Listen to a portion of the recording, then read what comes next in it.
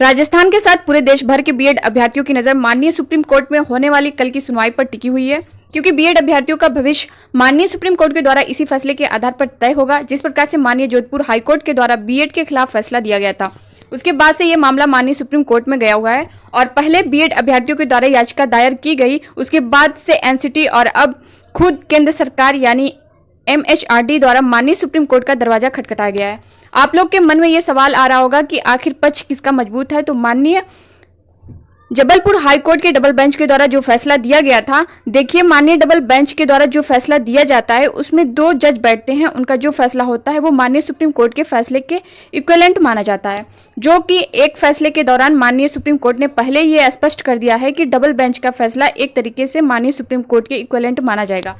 लेकिन अगर किसी भी पक्ष को अगर उस फैसले से गुरेज होता है तो वो माननीय सुप्रीम कोर्ट का दरवाजा खटखटा सकते हैं। लेकिन कहीं ना कहीं जो डबल बेंच के द्वारा जो फैसला दिया गया रहता है वो एक माइंड सेट कर देता है माननीय सुप्रीम कोर्ट में जो भी माननीय जज होते हैं उनके लिए। लेकिन जब माननीय सुप्रीम कोर्ट में अंतिम रूप से जब सुनवाई हो रही होगी तो उस समय के वर्तमान समय में कुछ दलील दी जाती है एमएचआरडी मिनिस्ट्री के द्वारा, एनसीटी के वकील के द्वारा और इसके अलावा बीएड अभ्यर्थियों के द्वारा जो वकील किए गए हैं और उसका केस किस प्रकार से काउंटर किया जाता है बीएसटीसी के वकीलों के द्वारा, ये देखना सबसे ज्यादा अहम होगा और उसी के आधार पर फैसला दिया जाना प्रस्तावित हो सकता है। अन्यथा की कंडीशन में अगर माननीय जोधपुर हाईकोर्ट के फैसले को ही लागू करना होता तो अब तक डिसीजन आ गया होता। निश्चित तौर पर अभी कुछ भी नहीं कहा जा सकता कि किसका पक्ष मजबूत है या फिर किसका पक्ष कमजोर है।